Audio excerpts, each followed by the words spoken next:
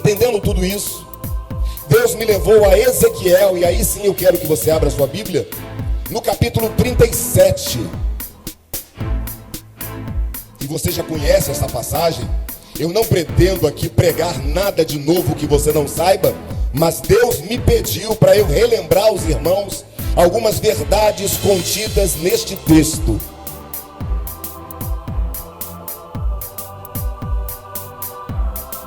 Veio sobre mim a mão do Senhor, e o Senhor me levou em espírito e me pôs no meio de um vale que estava cheio de ossos, e me fez andar ao redor deles, e eis que eram muito numerosos sobre a face do vale, e estavam sequíssimos. E me disse: filho do homem, poderão viver esses ossos? E eu disse: Senhor Jeová, tu o sabes. Então me disse: profetiza sobre esses ossos, e dize-lhes: ossos secos, ouvi a palavra do Senhor. Assim diz o Senhor Jeová a esses ossos: eis que farei entrar em vós o espírito, e vivereis. E porei nervos sobre vós, e farei crescer carne sobre vós, e sobre vós estenderei pele, e porei em vós o espírito, e vivereis, e sabereis que eu sou o Senhor. Então profetizei como se me deu ordem, e houve um ruído, e enquanto eu profetizava, eis que se fez um rebuliço, e os ossos se juntaram, cada osso ao seu osso. E eu olhei, e eis que vieram nervos sobre eles, e cresceu a carne, e estendeu-se a pele sobre eles por cima, mas não havia neles espírito. E ele me disse: profetiza ao espírito, profetiza ao filho do homem. E disse ao espírito: assim diz o Senhor Jeová: vem dos quatro ventos, ó espírito, e assopra sobre estes mortos, para que vivam. E profetizei como ele me deu ordem. Então o espírito entrou neles, e viveram, e se puseram em pé um exército grande em extremo. Você já conhece essa passagem? Você já conhece até o pano de fundo teológico desta passagem. Esta passagem fala da restauração de Israel como nação. Esta passagem mostra o estado espiritual e até mesmo também político de Israel. E esta passagem nos mostra que a seu tempo Deus iria restaurar a Israel. E Ezequiel, que viveu em um período muito crítico da história de Israel, ele viveu justamente na época em que Israel foi levado para o cativeiro babilônico. E foi nesta época que Deus deu esta revelação para Ezequiel. Mas quando nós olhamos esta revelação em uma ótica de analogia espiritual, a gente pode perceber que o que aconteceu aqui nesta visão de Ezequiel acontece naturalmente na vida de muitas pessoas.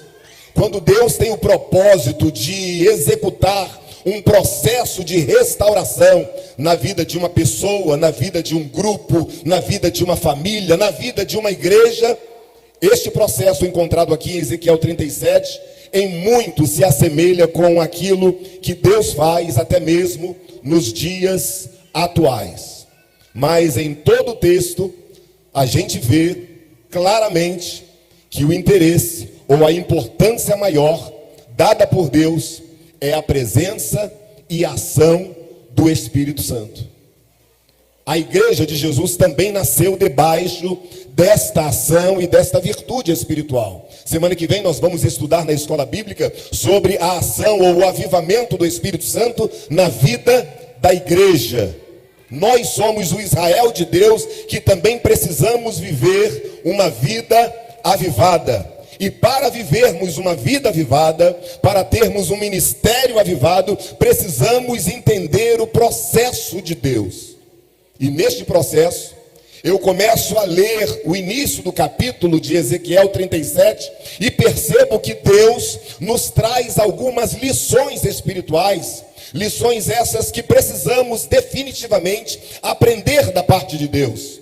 E logo no início, quando eu leio: veio sobre mim a mão do Senhor, e o Senhor me levou em espírito e me pôs no meio de um vale, eu já começo a entender que existem situações, momentos que Deus, por mais que nós fujamos, Deus nos coloca no meio do problema.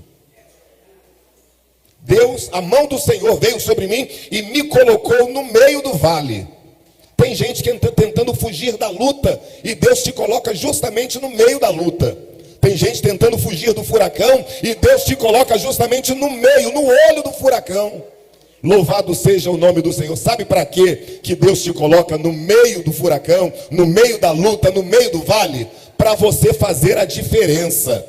Através de você, Deus tem a solução para aquele problema. Através de você, aleluia, Deus vai dissipar aquele tornado. Através de você, aleluia, o nome do Senhor vai ser glorificado. Através de você, Deus vai levantar um grande exército.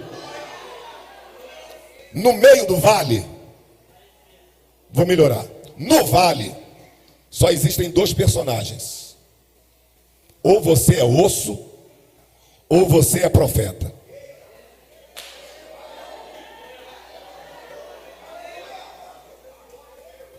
Ou você é osso, ou você é o problema, ou você faz parte do problema, ou você faz parte da solução. Deus te chamou para fazer parte da solução.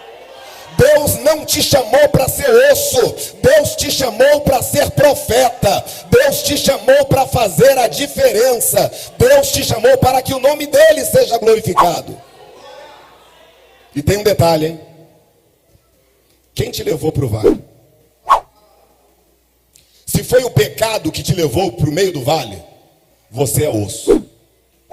Se foi Deus que te levou para o meio do vale, você é profeta.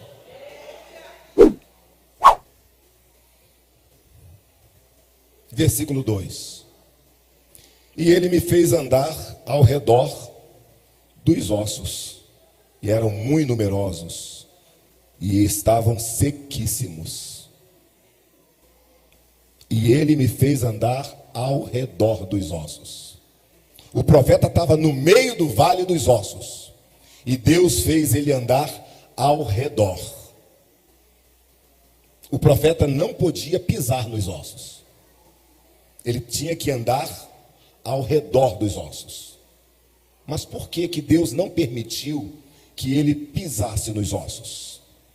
Porque eram ossos, estavam sequíssimos, mas era a obra-prima de Deus para que Deus realizasse um futuro milagre. Às vezes nós vemos algumas vidas e dizemos, é osso, eu vou pisar. Mas Deus está nos falando nesta noite, não pise nos ossos. Se Deus te chamou como profeta, não foi para pisar nos ossos. Anda ao redor dele, dá a volta, dá trabalho, vai perder tempo, mas não pise nos ossos. Porque são desses ossos que Deus vai levantar um grande exército. Então não pise naquilo através do qual Deus vai fazer um grande milagre. O avivamento está chegando, aleluia, a vitória está chegando, e é desses ossos que Deus vai levantar um grande exército. Numerosos e sequíssimos. Numerosos fala de maioria, sequíssimos fala do tempo que eles estavam ali. E às vezes a gente até fala assim, a maioria está fazendo, eu também vou fazer. A tendência agora é essa, eu também vou pela tendência. Deus não te chamou para ir pela tendência. Deus te chamou para andar no caminho reto. Deus não te chamou para fazer o que a maioria está fazendo. Deus te chamou para obedecer aquilo que Ele manda você fazer. Os ossos podem ser numerosos, mas você é profeta. E profeta é diferente de osso seco. Profeta ouve a voz de Deus e profetiza. Louvado seja o nome do Senhor. Sequíssimos. Já estava ali há muito tempo. Eu não sei há quanto tempo você está passando por essa luta, por essa prova, por esse problema. Não sei quanto tempo tempo faz que os seus ossos estão apodrecendo no vale. Mas nesta noite, Deus te trouxe aqui para dizer: quando o meu Espírito começar a agir, vai ter vida, vai ter exército, vai ter vitória. Não importa quanto tempo faz, Deus não é limitado ao tempo, Deus não é limitado ao cronos, Deus não é limitado ao agora. Quando Ele quer, Ele faz. Quando Ele não quer, Ele espera, mas Ele opera no tempo dEle. E no tempo dEle não tem atraso, no tempo dEle não tem adianto. Você sabia disso? Às vezes a gente quer demais uma coisa e a gente diz: mas está demorando, está demorando, está demorando. Mas para Deus não tem essa história de está demorando, está demorando, está demorando. Não, Deus faz tudo no tempo dEle. Ô Jesus, teu amigo está doente. Vai lá curar o teu amigo. E na mente de Jesus está assim: eu vou ressuscitar o meu amigo. Mas ele não está morto, ele está doente. Tá, mas ele vai morrer. Aí chegam os mensageiros: Jesus, teu amigo está doente. Vai lá e diz que essa enfermidade não é para a morte. Aí os mensageiros voltam. Saíram lá de Betânia. 2 dias chegaram até Jesus. Jesus diz: essa enfermidade não é para a morte. Mas 2 dias voltaram. 4. Quando eles chegam lá, já faz 2 dias que Lázaro está morto. Eles saíram de Betânia. Marta e Maria disseram assim: olha, vai lá e fala para Jesus que o amigo dele está doente. Ele volta e encontra Lázaro morto. Só que eles voltam com uma mensagem. E aí, o que Jesus mandou dizer? Bem, como é que está Lázaro? Morreu. E se fosse você mudaria a mensagem? Jesus mandou dizer que a enfermidade não era para a morte. Mas eles chegam lá e Lázaro está morto. Jesus mandou dizer que essa enfermidade não é para a morte. Aí Jesus está lá conversando com seus discípulos, demorando. Falou: e aí, Jesus, e o teu amigo? Ele está lá doente, mas a gente vai para lá? Vamos lá que eu preciso acordar o meu amigo. Se ele está dormindo, então não tem problema nenhum. Não, ele está morto. Então vamos nós também para morrer com ele. Chega Jesus em Betânia e você já sabe o resto da história, né? Senhor, se tu tivesses aqui, o meu irmão não teria morrido. Eu imagino na mente de Jesus: se eu estivesse aqui, eu teria curado ele de uma enfermidade. Como eu cheguei 2 dias, 4 dias depois, conforme estava na minha presciência, agora eu não vou curá-lo, eu vou ressuscitá-lo. Porque o mesmo Deus que cura dor de cabeça é o mesmo Deus que cura câncer. O mesmo Deus que cura câncer é o mesmo Deus que ressuscita morto. Não importa quanto tempo os ossos estão sequíssimos e secando cada vez mais, cada vez mais, cada vez mais, não resistem nem mais ao teste do carbono 14, de tão que sequíssimos que estão. Mas para Deus não tem nível de sequidão que resista ao milagre de Deus. Filho do homem, poderão viver esses ossos? Senhor, tu sabes. Eu estou aqui, eu sou profeta, estou no meio do vale, não tenho recurso nenhum, mas tu és poderoso, tu és soberano, tu sabes. Eu não sei e nem posso, mas tu sabes. Então faz o seguinte, profeta: profetiza. Aleluia. Profetiza para esses ossos e diga para eles: ossos secos, ouvi a palavra do Senhor. Começou o processo. Começou o processo do milagre. É a primeira vez na Bíblia, pelo que me consta, que ossos sequíssimos ouvem a palavra. Se ossos sequíssimos ouviram a palavra, que diremos nós que estamos aqui? Se ossos sequíssimos ouviram a voz do Senhor, que diremos nós nesta noite que estamos aqui adorando, glorificando, bendizendo o nome do Senhor? Ossos secos, ouvi a palavra do Senhor. Começou o processo do avivamento na vida daqueles ossos sequíssimos. Aliás, na vida não, porque eles estavam sem vida. Começou o processo de avivamento em meio àqueles ossos sequíssimos. Ossos, ouvem a palavra do Senhor. Versículo 5: assim diz o Senhor Jeová a esses ossos: eis que farei entrar em vós o Espírito e vivereis. Percebam, os irmãos, que primeiro Deus fala o que vai acontecer por último, para depois ele explicar toda a caminhada do processo, todo o desenrolar do processo. Porque a gente vai ver nos próximos versículos que Deus deu detalhes de como seria, e o texto nos dá detalhes de como tudo aconteceu, mas Deus já avisa antecipadamente: olha, eu vou colocar em vós o Espírito e vocês vão viver. Porque Deus está nos mostrando que o mais importante é a ação do Espírito Santo de Deus. Começa com a palavra e termina com o Espírito. Versículo 6. 5 ainda. 6: e porei nervos sobre vós, e farei crescer carne sobre vós, e sobre vós estenderei pele, e porei em vós o Espírito, e vivereis. De novo Deus falando do Espírito, porque agora sim ele está no final do processo. E sabereis que eu sou o Senhor.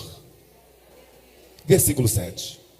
Então, diante deste quadro apresentado, diz Ezequiel: então profetizei como se me deu ordem. Eu amo esse texto, porque esse texto fala exatamente o que a igreja precisa vivenciar nos dias de hoje. Profetizei como se me deu ordem. Pastor, tá, e aí? E aí, irmãos, que o texto é claro. Não precisaria nem de legenda, mas eu vou colocar uma legendazinha. Se Deus não te deu ordem, não profetiza. A gente só deve falar o que Deus manda. O que Deus não manda, é melhor não falar, irmãos. Já viu aqueles profetas que no final da mensagem falam assim: Deus só me deu até aqui? É isso. Se Deus te deu até aqui, prega só até aqui, fala só até aqui, profetiza só até aqui. Porque como disse Jesus, o que passa disso é de procedência maligna. E Jesus falou que nem da carne é de procedência maligna. Tem muita gente falando o que Deus não mandou falar, profetizando o que Deus não mandou profetizar. Tem muita gente declarando e impetrando bênção na vida de pessoas que não querem se quebrantar, não querem se converter, não querem obedecer. Não, você tem que profetizar aquilo que Deus manda. Só vai ser abençoado não é quem recebe a palavra que é liberada, não, é quem obedece a palavra que é liberada. Então o profeta disse: então profetizei conforme se me deu ordem, e depois que eu profetizei, aleluia, se fez um rebuliço. É o que diz o versículo 7. Não, antes do rebuliço. Então profetizei como se me deu ordem, e houve um ruído enquanto eu profetizava. Ruído é barulho, rebuliço é bagunça. Você entende isso? Vou repetir. Ruído é barulho, rebuliço é bagunça. Pastor Roque, eu não acredito que o Senhor vai falar isso. Não, não vou falar isso. Eu vou falar quase isso. Primeiro, o barulho não atrai o Espírito, mas o Espírito atrai o barulho. Tem gente que quer fazer barulho para ver se o Espírito vem, mas é o contrário, é só quando ele vem que é possível que haja barulho. Está Atos capítulo 2, versículo 4, é isso? E estavam todos reunidos no mesmo lugar, e de repente veio do céu um som. Não veio vento, veio um som. E sabe o que é som? É barulho. Veio do céu um barulho, como de um vento veemente, impetuoso, que encheu toda a casa em que estavam reunidos, e foram vistas repartidas línguas como que de fogo, e todos foram cheios do Espírito Santo. Era o Espírito chegando, trazendo barulho. Aleluia. A mesma coisa aconteceu aqui com Ezequiel. Ele profetizou, ele liberou a palavra, e o Espírito começou a se aproximar daquele vale. E quando o Espírito se aproxima, aleluia, o profeta ouve um ruído. Depois do ruído, ele vê um rebuliço, ou melhor, uma bagunça. Mas eu vou explicar depois que eu beber o gole d'água, que hoje a boca está seca, hoje é dia de ficar nervoso.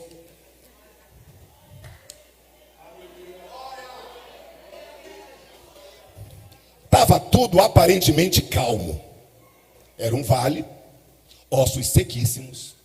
O profeta profetiza, ele ouve um barulho e de repente os ossos começam a se mexer. Parece até filme de terror, né? O osso saía daqui, ia para ali.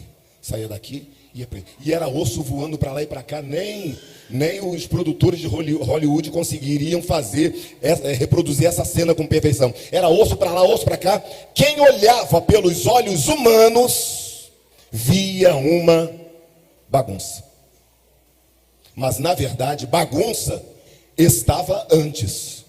Quando o pé do João estava lá na esquerda, a mão da Maria estava lá na direita, o fêmur do Patrício, não tem ninguém aqui com esse nome não, né? Mas é só para os irmãos entenderem, estava lá em cima, o crânio estava lá embaixo.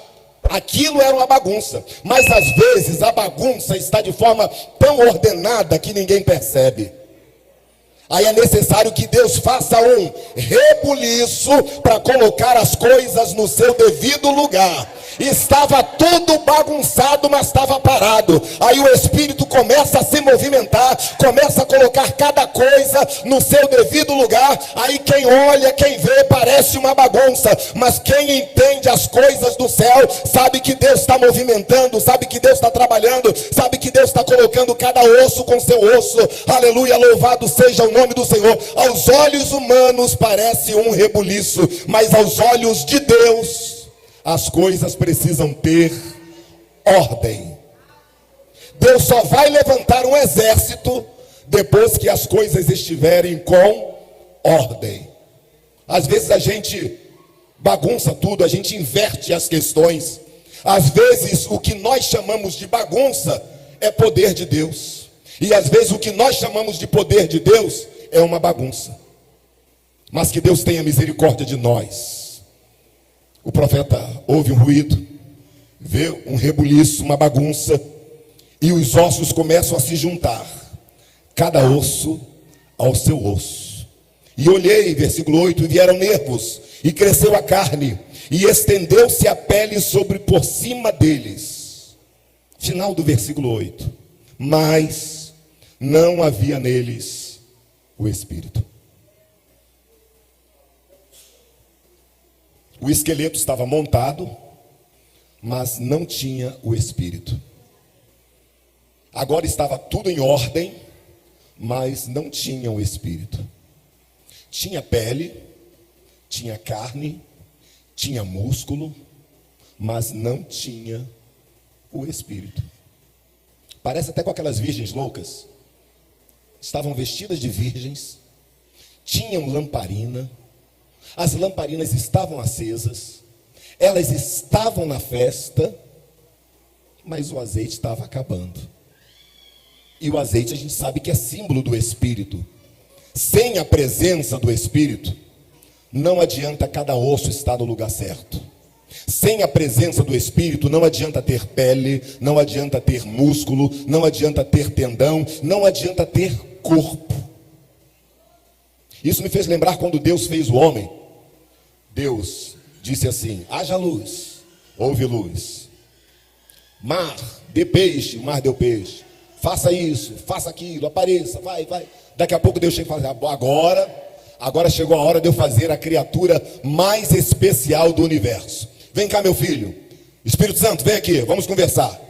Vamos fazer o homem a nossa imagem e a nossa semelhança. É um momento especial da criação. Eu imagino Deus falando, eu estou até empolgado. Deus falando com Jesus e com o Espírito Santo. Estou empolgado que agora eu vou criar o homem.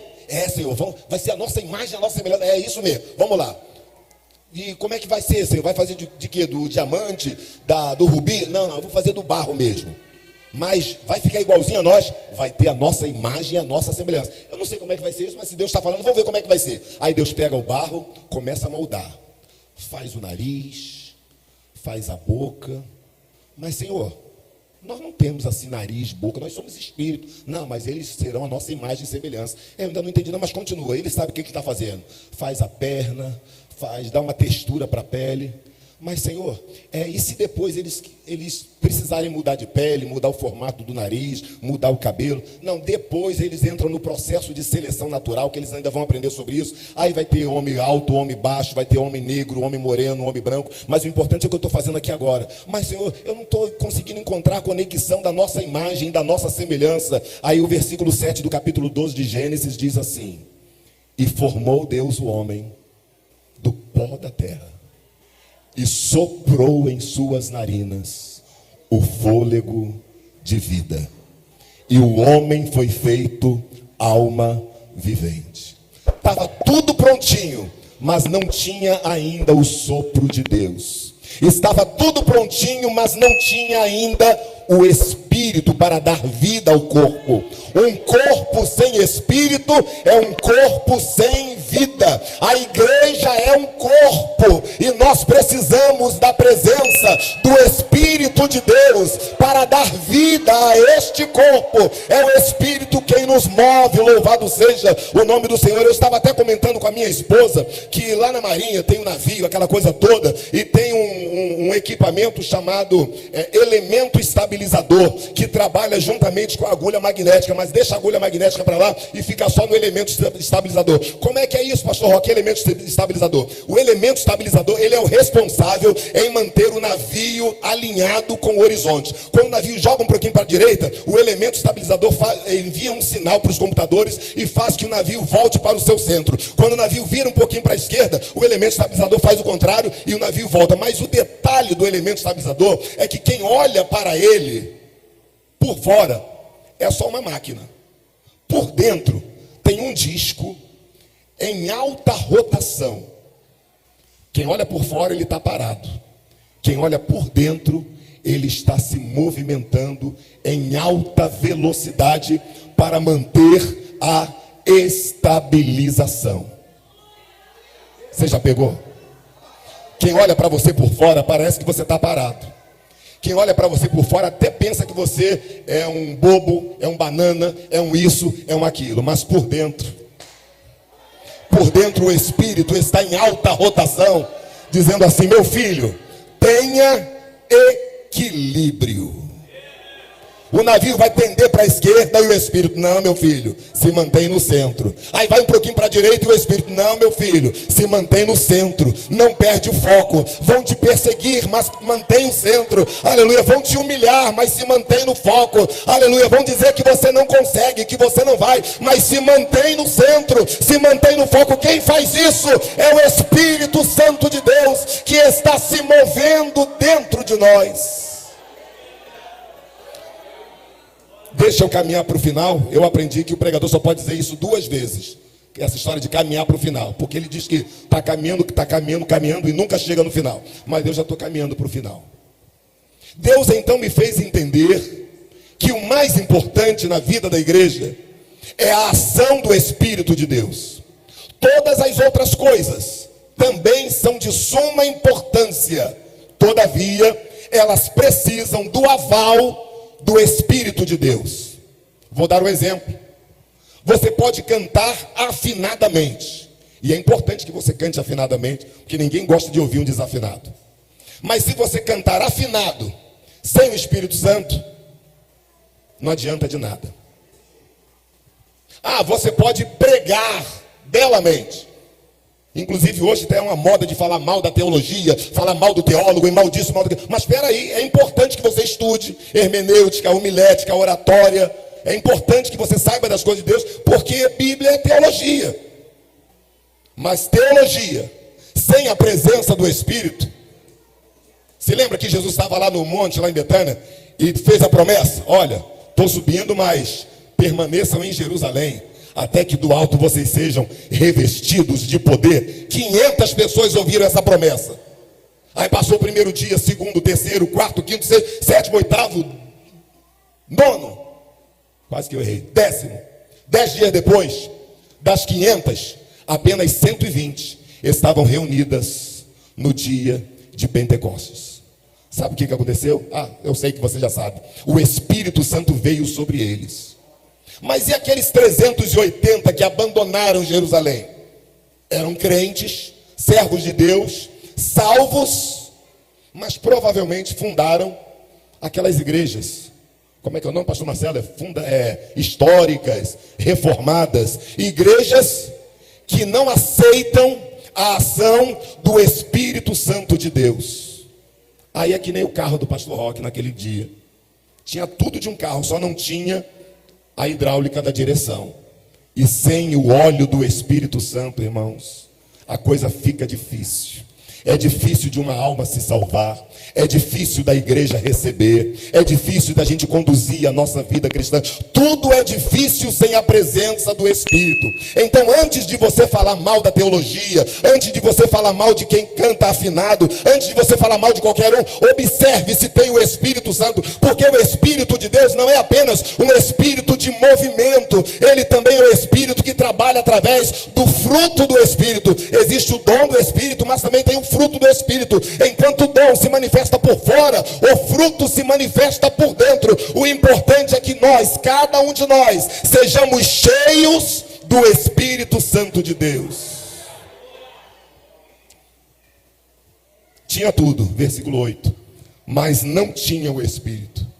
Aí no versículo 9 o profeta diz: então ele me disse, profetiza de novo. Agora não é a palavra, agora profetiza ao Espírito. Profetiza, filho do homem, diga ao Espírito: assim diz o Senhor Jeová: vem dos 4 ventos, ó Espírito, e assopra sobre estes mortos, para que vivam. Essa é a função do Espírito Santo de Deus. Estar presente na igreja para que nós tenhamos vida e vida com abundância. O livro de Atos dos Apóstolos, todo mundo sabe que ele deveria ser chamado não Atos dos Apóstolos, mas Atos do Espírito Santo, porque no livro de Atos é o Espírito Santo que faz tudo, que usa todo mundo, que trabalha na igreja. É ele que usa Pedro, é ele que usa Paulo, é o Espírito Santo que usa João, é o Espírito Santo, aleluia, que opera a cura através dos apóstolos, é o Espírito Santo que revela, é o Espírito Santo que fala, é o Espírito Santo que tem a chamada missionária, é o Espírito Santo que realiza todas as coisas. E isso não foi apenas na igreja primitiva, deve continuar sendo nos dias de hoje. A presença do Espírito é fundamental na vida da igreja, na vida das famílias, na nossa vida em particular. Já falei uma vez? Agora deixa eu falar uma outra coisa. Hoje, Josué, hoje eu me aventurei de fazer uma rosquinha para o lanche da tarde. Pastor Roque, o que tem a ver rosquinha para o lanche da tarde com a presença do Espírito? Já vou explicar. Enquanto eu estava fazendo as rosquinhas, olha aí, ó, Deus me deu algumas lições. Essa é a primeira lição que Deus me deu. Sabe qual é a lição que Deus me deu nessa imagem aí? Um pouquinho de fermento leveda a massa inteira. Aí Deus falou para mim assim: Roque, cuidado com quem você se mistura, porque um pouquinho de fermento leveda a massa.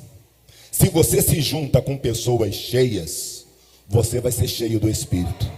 Se você se junta com crentes carnais, que existe crente carnal, você vai ser um crente carnal. Se lembra de 2 Reis capítulo 4, aquela história do azeite, da viúva, dos vasos na casa dela? A Bíblia diz que o vaso que estava vazio ficava jogado em qualquer lugar, mas o vaso que estava cheio, ela pegava e colocava à parte.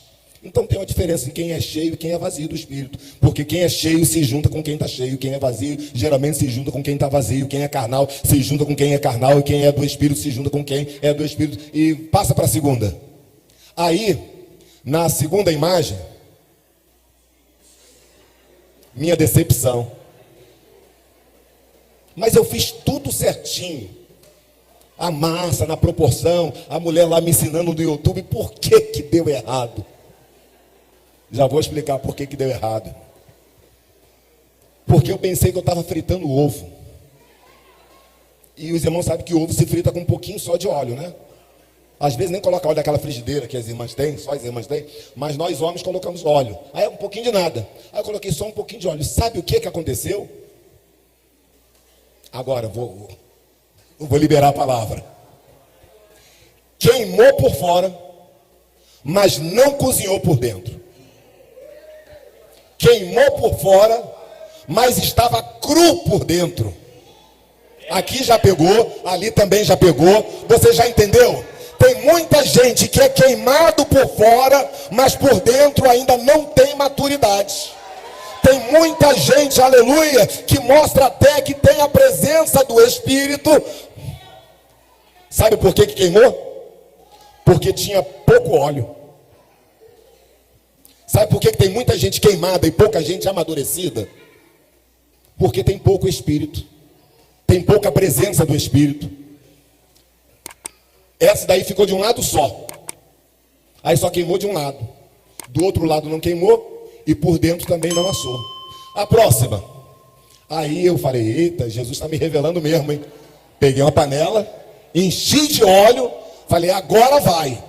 Agora vai ser óleo por fora e óleo por dentro. Óleo por fora e óleo por dentro. É que nem o pastel da Central. É pouca carne e muito óleo. Só assim que dá jeito mesmo.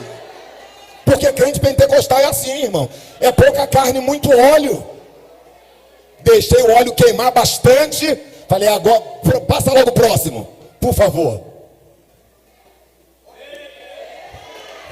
Me lembrou até Malaquias. E vereis novamente a diferença do que serve a Deus e do que não serve. Aleluia, aleluia.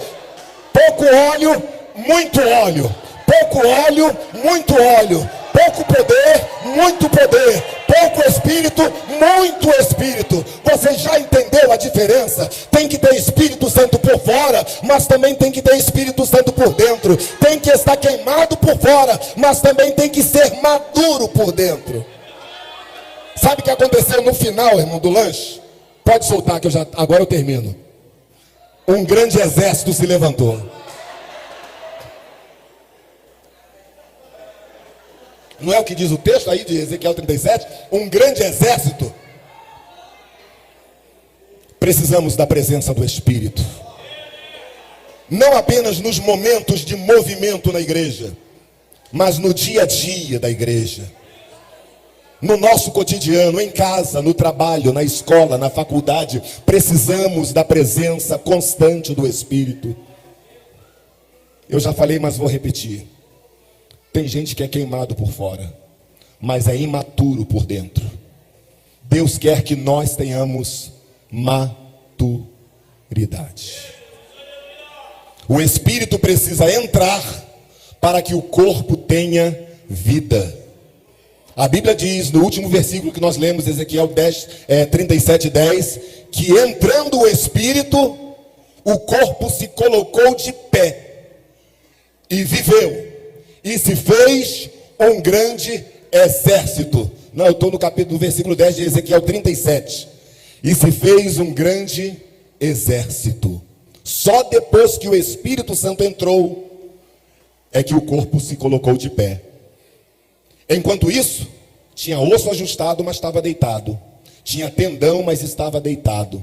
Tinha pele, mas estava deitado. Tinha músculo, mas estava deitado. Tinha tudo, mas não tinha vida. Mas depois que o Espírito Santo entrou, se puseram em pé. Um grande exército em extremo. E entrou o Espírito e viveram. A vida só chegou com a presença do Espírito Santo.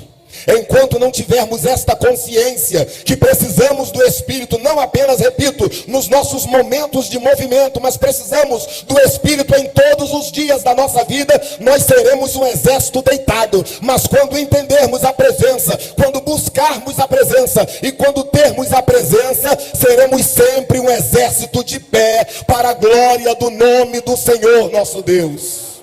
E por falar em ficar de